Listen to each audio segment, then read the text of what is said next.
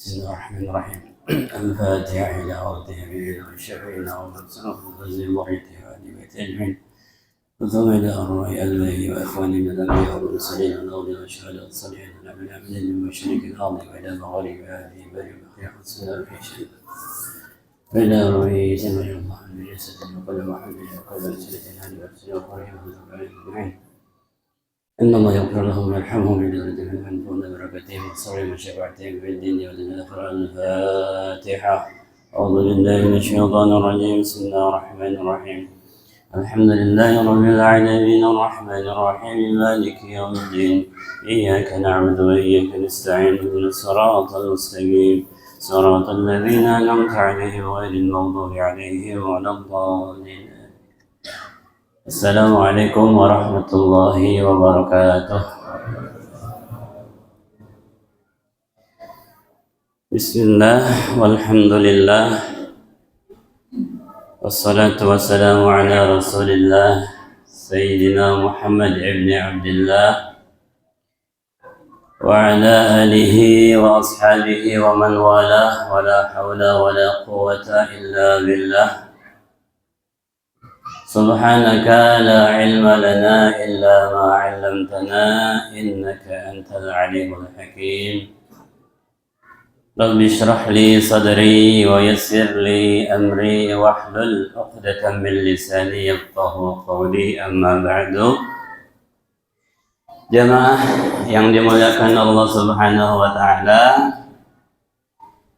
pertama yang sama-sama kita hormati banyak para ustadz, para kiai, para habaib di sini, guru-guru kita, masya Allah ya.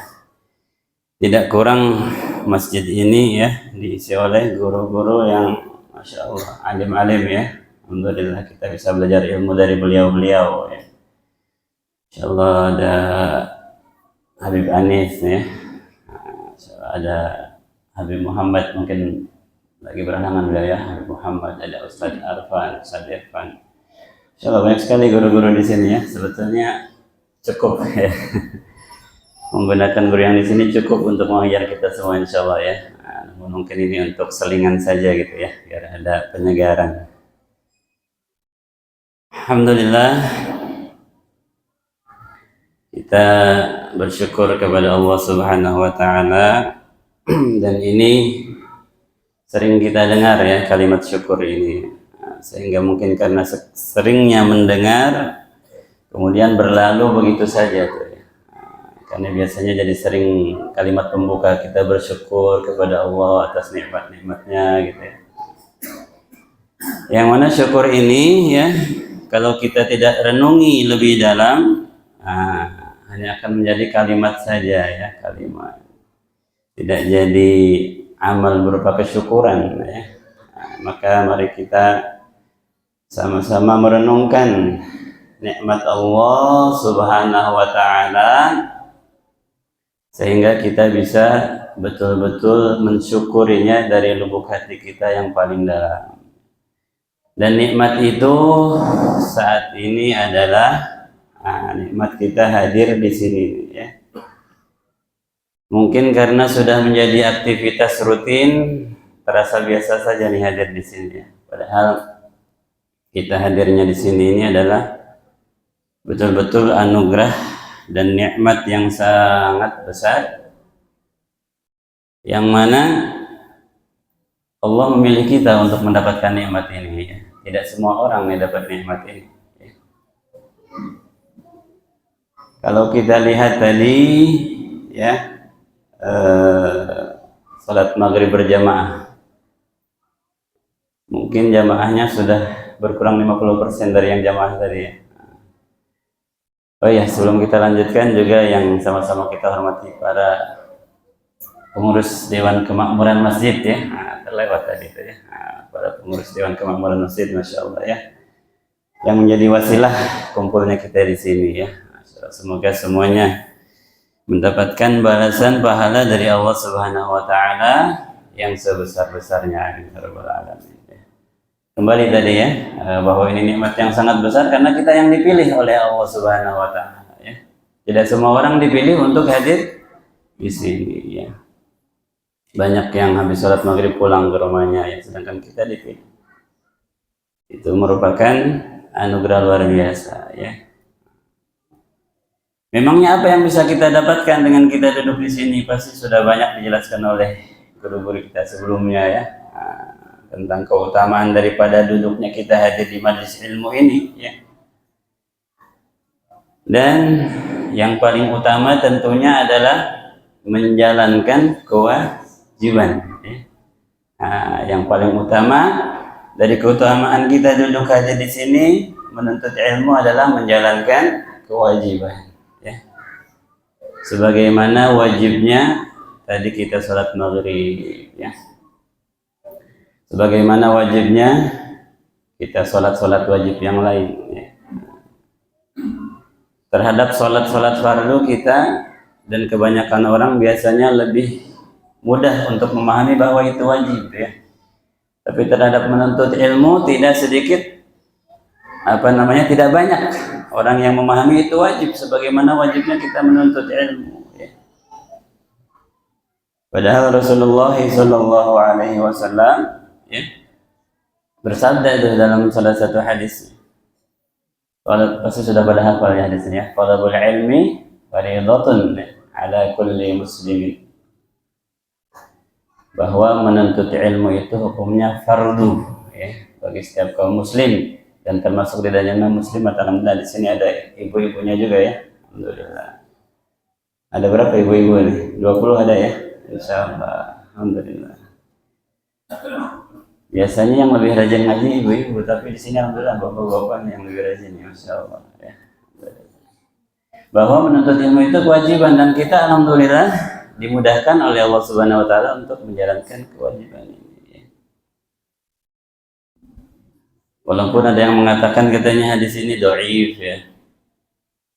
Namun yang pertama ketika kita berbicara tentang hadis, seandainya tidak ada syawahid sekalipun ini hadis dhaif nggak ada temannya yang menguatkan, ini masih tetap bisa kita amalkan hadis ini. Hadis dhaif itu bisa kita amalkan ya. Untuk apa? Untuk motivasi fadhailul a'mal targhib wa tarhib. Masih bisa. Apalagi ini hadis ada syawahidnya ya. Hadis-hadis lain yang menguatkan derajatnya, maka semakin kuat kedudukan hadis ini untuk kita amalkan ya. Talabul ilmi fardhatun ala kulli muslimin wa muslimatin. Bahwa menuntut ilmu ini wajib ya sebagaimana wajibnya kita sholat ya. Dan alhamdulillah kita dimudahkan untuk hadir ya di sini. Kemudian berkaitan dengan yang akan kita bahas malam ini, mungkin ada yang sudah diberitahu, ada yang belum ya apa yang akan kita bahas. Insya Allah kita di waktu yang singkat ini akan membahas sekelumit ya. Kalau diistilahkan kalau diibaratkan makan buah itu baru membuka kulitnya itu ya. Kalau diibaratkan makan jeruk baru buka kulitnya doang tuh ya. Mudah-mudahan ada waktu cukup buat sedikit mencicipi isinya ya. Kita akan berbicara tentang yang namanya tazkiyatun nufus ya. Tazkiyatun nufus. Salah satu cabang ilmu dari ilmu-ilmu agama ya.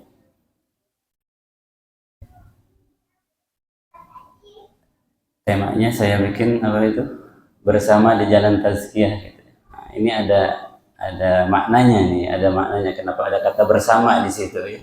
Nah, kenapa ada kata bersama? Karena untuk menjalani ilmu ini ya, untuk sama-sama mengamalkan ilmu ini kita perlu berjamaah ya, perlu berjamaah ya, perlu berjamaah. Kenapa begitu? Mungkin ada yang sering mendengar gitu ya, karena nama lain ilmu ini kan diantaranya ilmu tasawuf ya, nanti kita akan bahas itu ilmu tasawuf. Mungkin kita ada yang pernah ngaji di mana gitu ya, yang mengkategorikan ilmu tasawuf itu ilmu yang tidak layak untuk dipelajari ya gitu. Nah sebetulnya itu karena salah memahami itu ya. Karena ada sebagian orang yang ketika mempelajari ilmu ini berpeleset gitu ya, jadi salah. Nah, itu yang dijadikan patokan sehingga dilarang mempelajari ilmu tasawuf ini. Nah, enggak ya. Padahal ilmu tasawuf ini bagian dari ilmu agama ya, yang nanti akan kita lihat di mana posisi ilmu ini ya, sehingga perlu untuk kita pelajari ya. Nah, biasanya kalau ngaji yang apa namanya teori-teori begini rada perlu serius nih.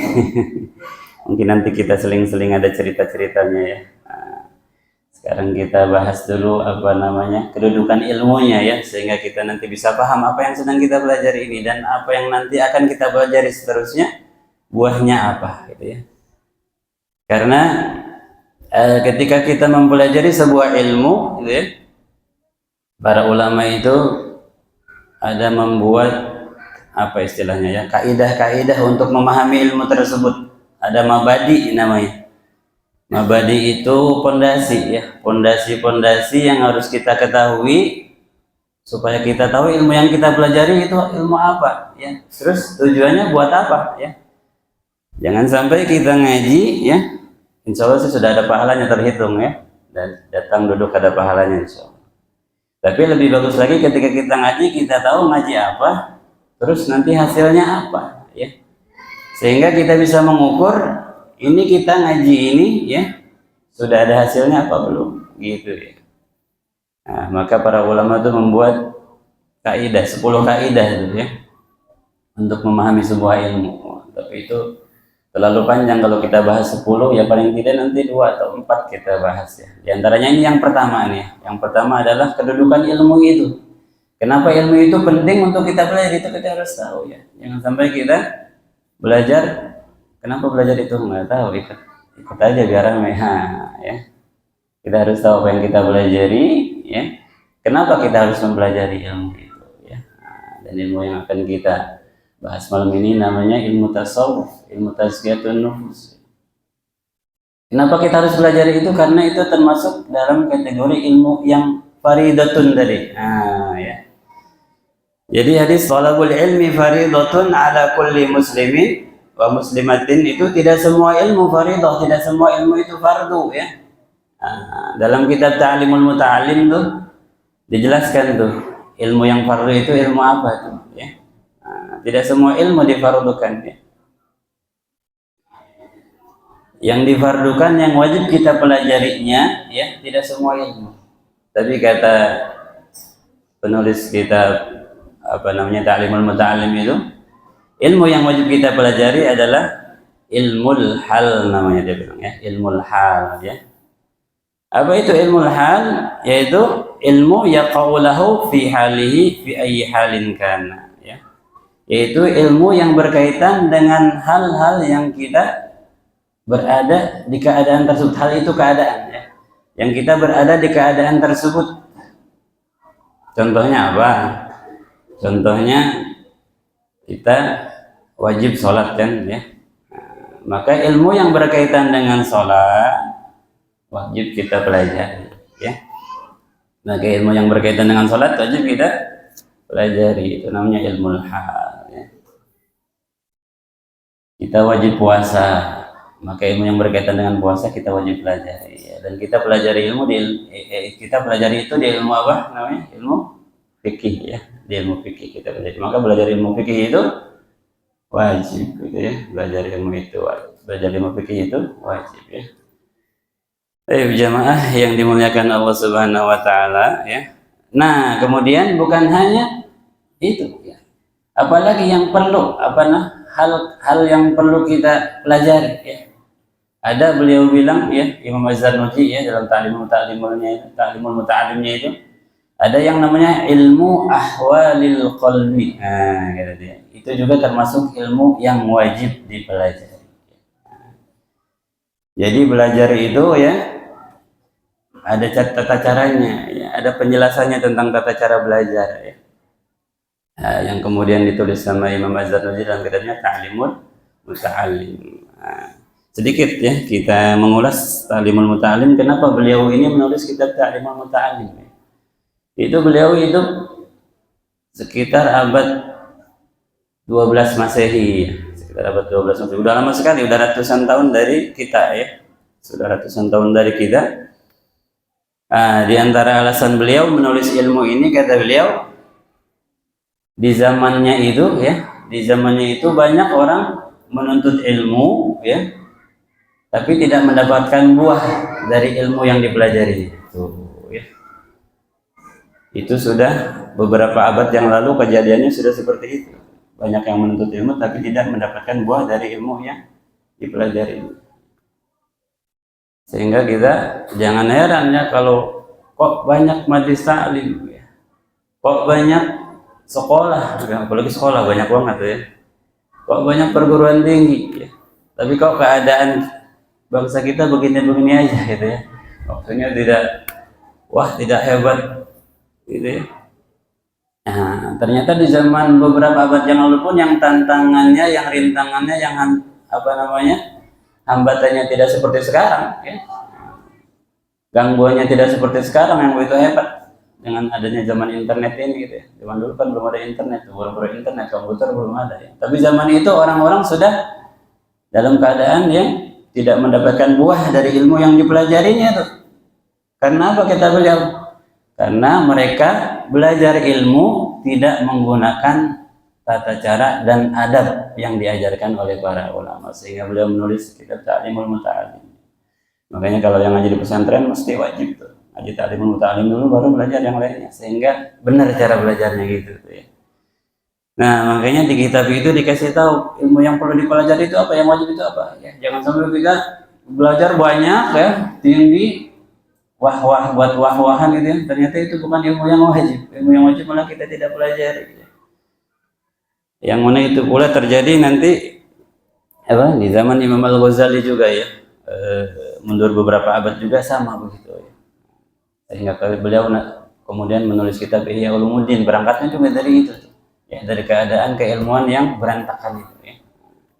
Dan nampaknya hari ini pun begitu ya. Nah, makanya kita harus perbaiki lagi cara belajar kita dengan mempelajari kitab-kitab tentang tata cara belajar.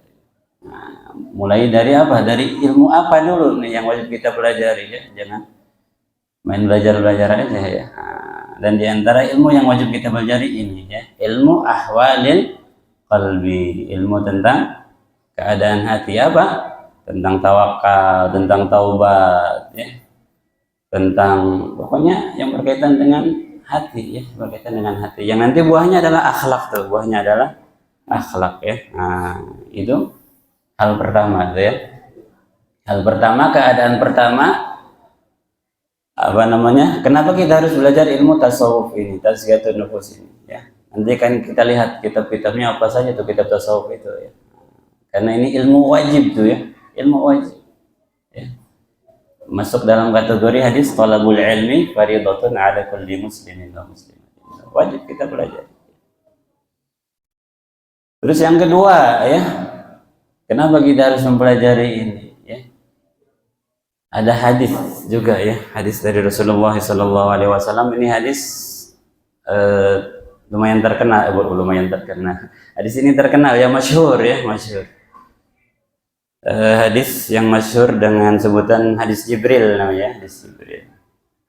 Hadis Jibril yang kemudian banyak ulama-ulama menulis kitab syarah hadis Jibril gitu ya. Di antara ulama yang mensyarah hadis Jibril ini diantaranya Al-Habib Zain bin Ibrahim bin Sumaid Madinah ya. Beliau menulis kitab syarah hadis Jibril ya. Hidayatul Talibin namanya, kalau tidak salah ya. Namun yang pasti itu adalah kita tentang syarah hadis itu. Apa hadis itu bagaimana? Itu hadis yang menceritakan bagaimana kemudian Rasulullah SAW suatu ketika beliau sedang duduk bersama para sahabatnya itu ya, Jadi beliau itu sering mengisi hari-harinya dengan taklim dengan para sahabatnya ya. Habis subuh ta'lim gitu ya. Nah, ketika sedang duduk-duduk begitu datang orang nih ya, orang cuman membingungkan orang ini ya. Nah, kenapa membingungkan? Dibilang musafir, nggak ada tanda-tanda musafir gitu ya. Kan itu daerah padang gurun ya. Kalau musafir tentunya pakaiannya nggak bersih begitu. Itu orang pakaiannya bersih, putih ya. Dibilang musafir bukan, nggak ada tanda-tanda musafir tuh ya, karena pakainya bersih. Waktu itu kan belum ada mobil ya, jadi naik onta, kuda pasti akan berdebu ya kalau dia musafir. Tapi kalau dibilang bukan musafir, nggak ada yang kenal orang di sekitar situ ya. Nah, jadi para sahabat itu saling kenal satu sama lain tuh, nggak ada yang kenal. Begitu datang tiba-tiba ya, langsung duduk di hadapan Rasul gitu ya, berhadapan, lututnya apa namanya, menempel dengan lutut Rasulullah SAW. Ya. Kemudian tangannya memegang paha Rasulullah SAW. Ya. Kemudian bertanya, ya, mal Islam, gitu ya. Orang tersebut bertanya, apa itu Islam? Ya. Kemudian Rasulullah menjawab dengan rukun Islam, gitu ya. Yaitu antasyhada alla ilaha illallah wa asyhadu anna Muhammadar Rasulullah, dan seterusnya, terus rukun Islam disebutkan. Gitu ya. Nah, kemudian ditanya lagi setelah ditanya kemudian Rasul menjawab, orang yang tadi bertanya mengatakan engkau benar, shadaqta, gitu ya. Nah, gitu kan ceritanya. Kemudian bertanya lagi orang tersebut ya, mal iman, apa itu iman? Dijawab dengan rukun iman yang enam itu ya. Antum mina billahi wa malaikatihi wa kutubihi wa rusulihi wal yawmil akhir wal qadari khairihi wa syarrihi. Ya. Kemudian dijawab lagi sama yang bertanya, shadaqta, engkau benar, gitu.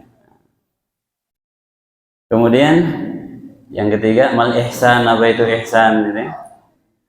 Kemudian Rasul menjawab, anta'budallah ka'annaka tara fa illam takun tara fa innahu yaraq. Hendaklah engkau menyembah Allah seolah-olah engkau melihatnya. Jika engkau belum sampai bisa seperti itu, maka yakinlah bahwa Allah melihat. Ya, shadaqta, engkau benar. Dan yang terakhir bertanya tentang kapan hari kiamat ya. Mata sa'ah. Kemudian beliau menjawab, apa? Mal mas'ul bi'a'lama minas sa'il ya. Yang bertanya, yang ditanya tidak lebih tahu daripada yang bertanya ya. Artinya Rasulullah nggak tahu kapan kiamat gitu ya. Jadi kalau ada yang meramal kapan kiamat pasti bohong gitu ya. Katanya 2012 sudah lewat ya. Nah, bohong pasti. Rasul aja nggak tahu, gimana orang bisa tahu ya. Maka kemudian orang tersebut bertanya lagi, kalau gitu sebutkan ciri-cirinya. Nah, disebutkan ciri-cirinya oleh Rasulullah SAW ya. Di antaranya antaridal ummatu rabbataha, di mana ketika orang tua melahirkan orang tua melahirkan majikannya gitu. Baik. Kemudian setelah selesai itu tanya jawab itu ya, setelah selesai tanya jawab itu pergi orang tersebut ya, pergi. Nah, hadis ini diriwayatkan oleh Sayyidina Umar ya, Sayyidina Umar bin Khattab. Maka kemudian beliau yang di redaksi hadis itu yang bertanya ya kepada Rasulullah SAW. Wahai Rasulullah, orang itu ajaib katanya. Orang tadi ajaib itu ya. Kenapa ajaib? Dia yang bertanya, tapi dia yang membenarkan tuh ya. Dia yang bertanya, dia yang membenarkan. Apa ini? Ya betul gitu ya. Aneh orang tersebut ya. Maka kemudian kata Rasulullah SAW kepada beliau dan juga kepada para sahabat yang lain ya, tahukah engkau wahai para sahabatku siapakah beliau? Nah, maka kemudian Rasul menjawab apa? Hadza Jibril ya, kata beliau, itu adalah malaikat Jibril ya. Ngapain? Masih ada keterangannya tuh. Ja'akum, datang kepada kalian ya. Yu'allimukum, mengajarkan kepada kalian dinakum, agama kalian ya. Nah, jadi yang tadi disebutkan dari awal sampai akhir itu Islam, iman, ihsan, itulah agama yang perlu kita pelajari, yang kemudian dirumuskan oleh para ulama dalam bentuk ilmu ya, dalam bentuk ilmu dirumuskan oleh para ulama ya. Yang tadi Islam itu ya dirumuskan dalam ilmu fikih ya, dirumuskan dalam ilmu fikih. Kemudian yang tadi iman itu dirumuskan dalam ilmu akidah, tauhid ya. Nah, dan yang terakhir tadi ihsan dirumuskan dalam ilmu tasawuf tadi itu, atau tazkiyatun nufus. Banyak namanya nanti ya, ada yang bilang tasawuf, ada yang bilang tazkiyatun nufus, ada yang bilang raqaiq ya, bahkan ada yang bilang zuhud ya, ilmu zuhud ya. Sehingga banyak kitab-kitab tentang tasawuf dijuduli kitab zuhud, kitab zuhud Isinya bukan hanya tentang zuhud yang kita pahami, tapi tentang tasawuf gitu ya. Nah, kemudian para ulama berlomba-lomba untuk mensyarahi hadis tersebut. Kenapa? Karena di hadis itulah agama kita itu terkumpul tuh ya. Ketika kita sudah mempelajari hadis itu, sesungguhnya kita sudah memahami agama kita ya. Nah, makanya yang perlu kita pelajari tadi itu tuh. Fikih, tauhid, tasawuf. Maka kata siapa? Al-Habib Zain bin Ibrahim bin Sumait dalam kitabnya itu Syarah Hadis Jibril, beliau kemudian menyimpulkan فهذه العلوم الثلاثة يجب على كل مكلف طلبها وتحصيلها ولا رخصة له في تركها itu ya. Masya Allah kata beliau. Maka ilmu yang tiga tadi itu ya, yang Islam kemudian dirumuskan dalam kitab fikih, dalam ilmu fikih ya. Iman dirumuskan dalam ilmu tauhid akidah. Ihsan kemudian dirumuskan dalam ilmu tasawuf. Kata beliau apa? Hadhil ulumi thalathah, yang tiga ini yajibu ala kulli mukallaf, wajib bagi setiap mukallaf. Kita ini mukallaf ya, orang-orang yang sudah terkena taklif, orang yang balik, akil balik ya. Jadi anak-anak belum wajib. Apa wajib? Talabaha wa tahsilaha, wajib mempelajarinya dan sampai mendapatkan hasilnya, bukan hanya belajar tapi sampai mendapatkan hasilnya, sehingga yang kita pelajari itu ada hasil. Kalau yang dipelajari tadi yang ada hasilnya ya nggak ngerti cara sholat ya, belajar fikih tapi nggak ngerti ya sama aja, nggak ngerti juga nanti cara sholatnya ini batal apa enggak ya. Sehingga nanti mungkin kita akan menemukan tuh di masyarakat ya, ada hal-hal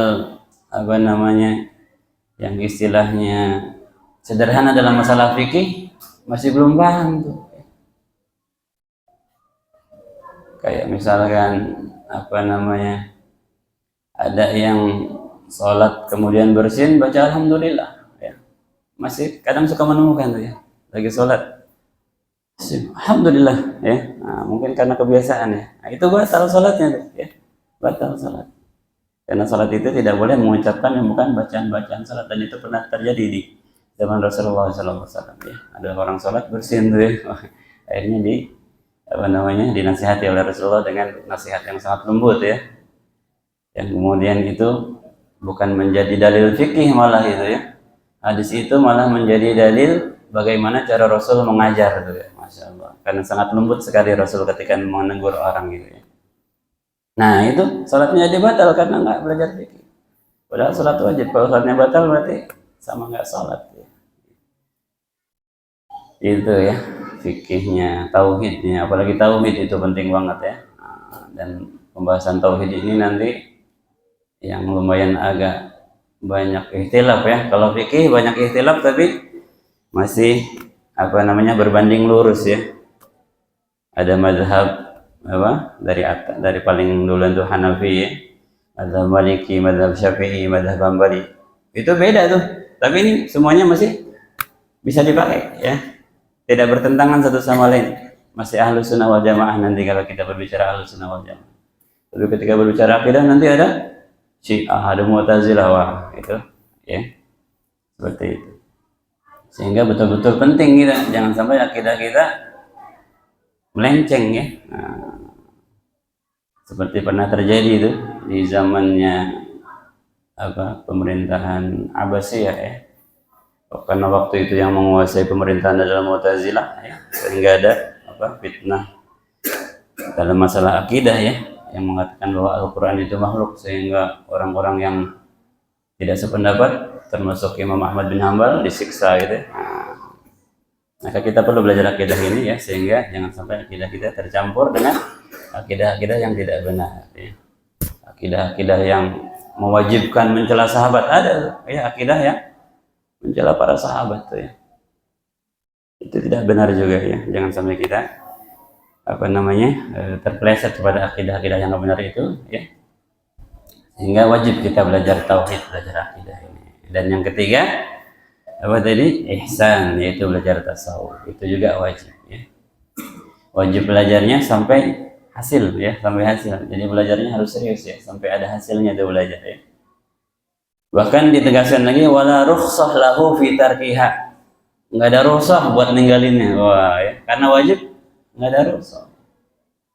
Seperti halnya sholat ya, wajib nggak bisa ditinggalin, nggak bisa diri duduk ya, nggak bisa duduk berbaring, nggak bisa berbaring, nggak mungkin ya, pasti bisa berbaring ya. Maksudnya nggak bisa menggerakkan anggota badannya gitu ya, bisa dengan isyarat ya, sampai akhirnya sampai mati pun tetap sholat tuh, tapi di sholat dan itu pun sholatnya luar biasa di depan imam dia. Di depan imam. Sehingga tidak ada rukhsah untuk tidak belajar yang tiga ini ya. Yang satu diantaranya adalah tasawuf ya. Itu poin pertama itu ya. Itu poin pertama, ada 10 poin. Sudah jam 7 ya. Insya Allah kita cukupkan sampai yang penting-pentingnya saja. Mudah-mudahan bisa setelah selesai ini ada yang bisa ditangkap gitu ya. Sehingga minimalnya nanti hasilnya adalah merasa penting untuk belajar ilmu tasawuf ini ya. Merasa penting untuk belajar ilmu tasawuf sehingga nanti dilanjutkan lagi tuh belajarnya di mana gitu ya, yang mempelajari ilmu tasawuf ya. Itu yang pertama itu ya, bahwa posisi ilmu tasawuf ini wajib untuk dipelajari ya, baik dari hadis thalabul ilmi fardhatun ala kulli muslimin wa muslimatin maupun dari hadis Jibril tadi itu ya. Nah, yang kedua apa? Pentingnya untuk dipelajari ya. Bahwa ilmu tasawuf ini adalah termasuk daripada salah satu kurikulum dakwah Nabi ya. Kurikulum dakwah Nabi sallallahu alaihi wasallam. Jadi dakwah Nabi itu ada kurikulumnya ya. Yang mana kita mungkin sering mendengar ayatnya ya. A'udzubillahi minasyaitonirrajim di surat Al-Jumu'ah itu ya. Huwallazi ba'atsa fil ummiyina rasulan minhum yatlu 'alaihim ayatihi wa yuzakkihim wa yu'allimuhumul kitaba wal hikmah gitu ya. Jadi kurikulum dakwahnya Nabi itu ada 4 tuh ya, ada 4 kurikulum dakwahnya Nabi. Yang mana ini merupakan doanya Nabi Ibrahim ya. Doanya Nabi Ibrahim luar biasa. Nabi Ibrahim itu hidup sebelum Masehi kan ya, sebelum Masehi. Berabad-abad sebelum Masehi hidupnya ya. Ya 20-an abad lah, 20-an abad sebelum Masehi ya. Rasulullah hidup sudah Masehi ya, setelah Masehi kan ya. Abad berapa? Masih abad ke-7 ya. Ke-6 ke-7 lah ya, abad ke-6 ke-7 Masehi. Jauh sekali jaraknya itu ya. Nabi Ibrahim pernah berdoa yang kemudian diabadikan dalam Al-Quran ya, surat Al-Baqarah ayat 129.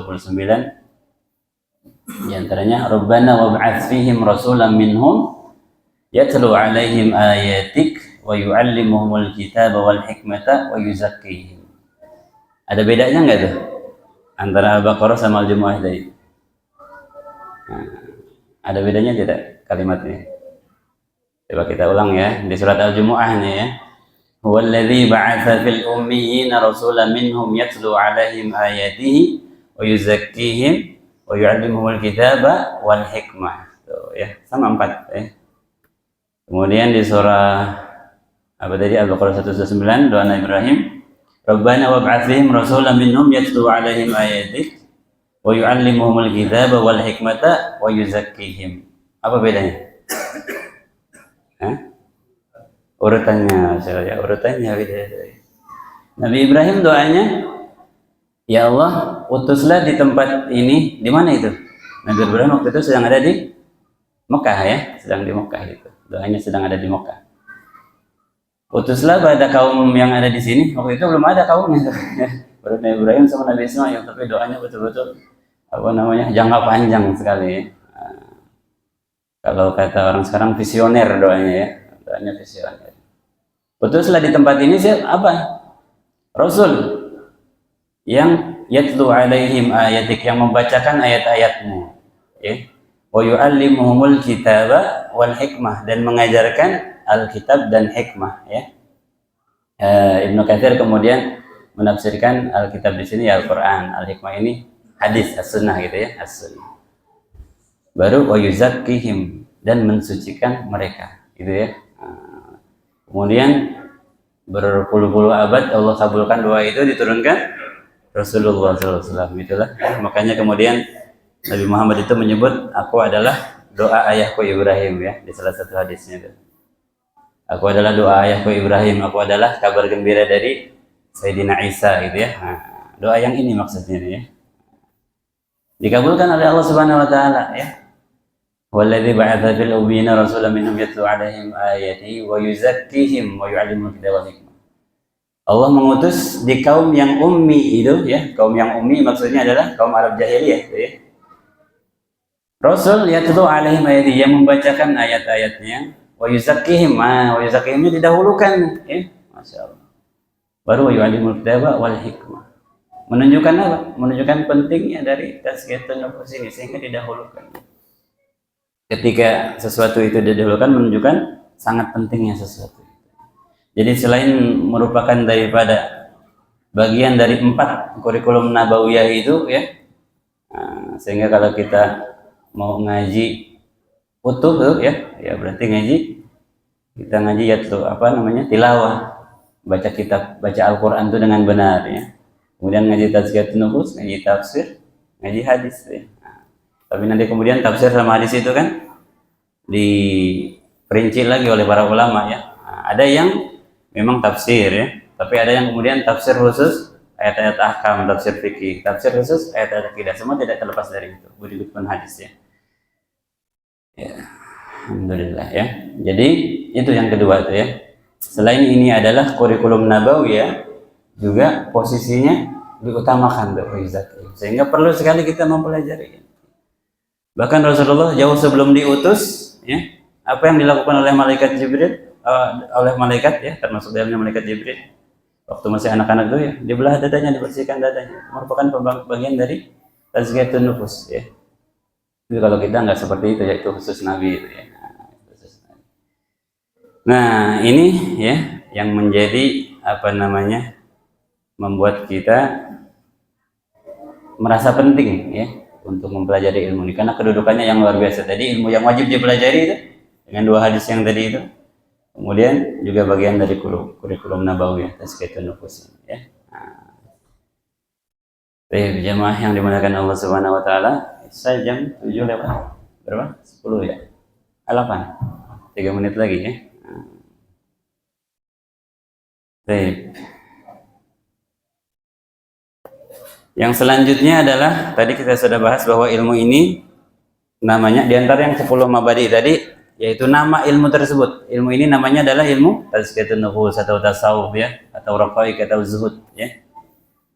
Membahas tentang apa? Nah ini ya, setelah kita tahu pentingnya ilmu ini, kita harus tahu ilmu ini bahasanya tentang apa sih? Nah, yaitu ilmu akhlaqil qalbi allati yajibu 'alal 'abdi ay yatahalla biha minal munjiyat wa yatakhalla anha minal muhlikat. Jadi pada intinya 2, ilmu ini membahas 2 hal ya, yaitu bagaimana seseorang memperbaiki akhlaknya yang berasal dari hati ya. Karena akhlak itu berasal dari hati. Beda nanti dengan sopan santun tuh. Mungkin ada yang sopan, jalannya nunduk-nunduk, tapi ternyata suka bohong ya. Itu akhlaknya buruk. Jadi sopan santun sama akhlak tuh beda ya. Jadi jangan disamakan ya. Wah di Jepang itu bagus akhlaknya, bukan akhlak gitu ya. Itu tata krama sopan santun adat ya. Kenapa? Karena mereka di Jepang misalkan ada banyak yang bunuh diri dan sebagainya, itu akhlak yang buruk gitu ya. Atau ada nanti kalau kita berbicara tentang akhlak kepada Allah dan Rasulnya, beda lagi ya. Yang dimaksud di sini adalah akhlak ya, bukan sopan santun, bukan ya. Tapi nanti kalau akhlaknya sudah bagus, insya Allah sopan santunnya pasti bagus ya, pasti bagus karena berasal dari hati. Yang apa itu? Allati yajibu 'alal 'abdi, yang mana wajib bagi seorang hamba ya, kita ini wajib untuk memperbaiki akhlak dari hati kita dengan cara apa? Ayyatahalla biha minal munjiyat, dengan mengisi hati kita dengan yang namanya, nanti dalam ilmu tasawuf ada bab al-munjiyat, hal-hal yang membuat kita selamat di dunia dan akhirat ya. Jadi hati kita diisi dengan hal-hal yang membuat kita selamat di dunia dan akhirat. Apa? Yang tadi itu khasyah, khauf dan sebagainya ada nanti di pembahasan tasawuf. Wa yatakhalla anha minal muhlikat, dan mengosongkan hati kita dari muhlikat, dari yang mencelakakan kita di dunia dan di akhirat apa? Maksiat. Nah, jadi intinya tasawuf itu dua ya.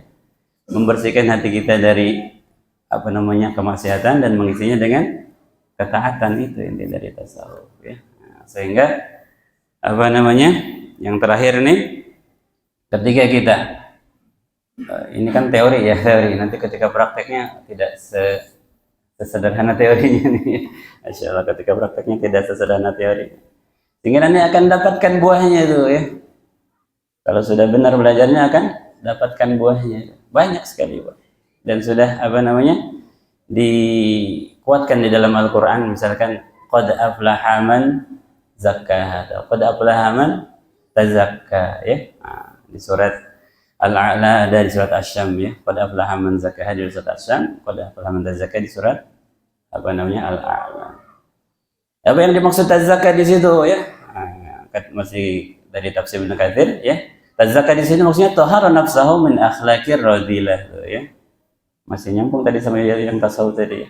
Maksudnya tazakka di situ, tazkiyah di situ membersihkan dirinya dari akhlak-akhlak yang buruk ya. Nah, tadi takhalli tadi berarti ya. Nah, gitu. Kemudian juga di surat Asy-Syam tadi itu ya. Qad aflaha man zakkaha, juga ditafsirkan apa? Taharaha minal akhlaqid dani'ah waradha'il, sama itu ya. Membersihkan dari akhlak yang hina, yang rendah ya. Nah, itu diantaranya orang yang nanti mengamalkan tasawuf itu aflah, qad aflah, beruntung, akan menjadi orang yang beruntung di dunia dan di akhirat ya. Dan tentunya kita semua ingin jadi orang yang beruntung pastinya ya. Dalam hal apa? Untuk dagang pengen untung ya, nggak ada orang yang dagang pengen rugi. Orang yang menekuni tazkiyatun nufus ini nanti akan menjadi orang yang beruntung ya. Bahkan bukan hanya manfaatnya ini buat pribadi ya, tapi manfaatnya ini bisa buat umat ya. Manfaatnya ini bukan cuma buat pribadi tapi buat umat ya, untuk mengislah umat, sebagaimana halnya yang dilakukan oleh Imam Al-Ghazali ya. Imam Al-Ghazali itu dalam pendahuluan kitabnya beliau menjelaskan kenapa beliau menulis kitab itu ya. Seperti tadi sudah disinggung sedikit, karena umat di saat itu rusak ya. Beliau memperbaikinya dengan apa? Dengan ilmu tasawuf ya. Dengan Ihya Ulumuddin, di mana di Ihya Ulumuddin itu dibahas tentang muhlikat, dibahas tentang munjiyat ya, dibahas tentang asrarul ibadah dan seterusnya ya. Alhamdulillah, jadi kesimpulannya adalah apa yang dimaksud dan disebut dengan ilmu tazkiyatun nufus, tasawuf ini betul-betul penting untuk kita pelajari ya. Karena apa? Karena tadi itu dia adalah ilmu yang wajib dipelajari. Karena tadi itu dia adalah masuk kurikulum nabawiyah, bahkan diutamakan yang tazkiyatun nufusnya, yang dari tadinya di terakhir jadi yang kedua. Dan yang ketiga tentunya hasil-hasilnya yang akan kita dapatkan nanti ketika menjalani tazkiyatun nufus ini ya, menjadi orang yang beruntung, bahkan bukan hanya untuk kita manfaatnya, tapi untuk umat, bisa mengislah umat ya. Nah, mudah-mudahan Allah Subhanahu wa taala ya memberikan kita kemudahan ya untuk bisa mempelajari ilmu ini dan ilmu-ilmu yang wajib lainnya, sehingga keagamaan kita menjadi sempurna ya, sehingga Allah meridhoi kita, sehingga kita beruntung di dunia sampai akhirat nanti. Amin ya rabbal alamin. Ala hadhihi niyah wa li kulli niyatin salihah wa idaratin nabi Muhammad sallallahu alaihi wasallam syuhudillah al-fatihah. A'udzu billahi minasyaitonir rajim. Bismillahirrahmanirrahim. Alhamdulillahirabbil alamin. الرحمن الرحيم مالك يوم الدين إياك نعبد وإياك نستعين اهدنا الصراط المستقيم صراط الذين أنعمت عليهم غير المغضوب عليهم ولا الضالين آمين ربنا تقبل منا إنك أنت السميع العليم وتب علينا إنك أنت التواب الرحيم ربنا آتنا في الدنيا حسنة وفي الآخرة حسنة وقنا عذاب النار وصلى الله على سيدنا محمد وعلى آله وصحبه وسلم والحمد لله رب العالمين. هذا مني والعفو منكم والسلام عليكم ورحمة الله وبركاته. لا إله إلا الله.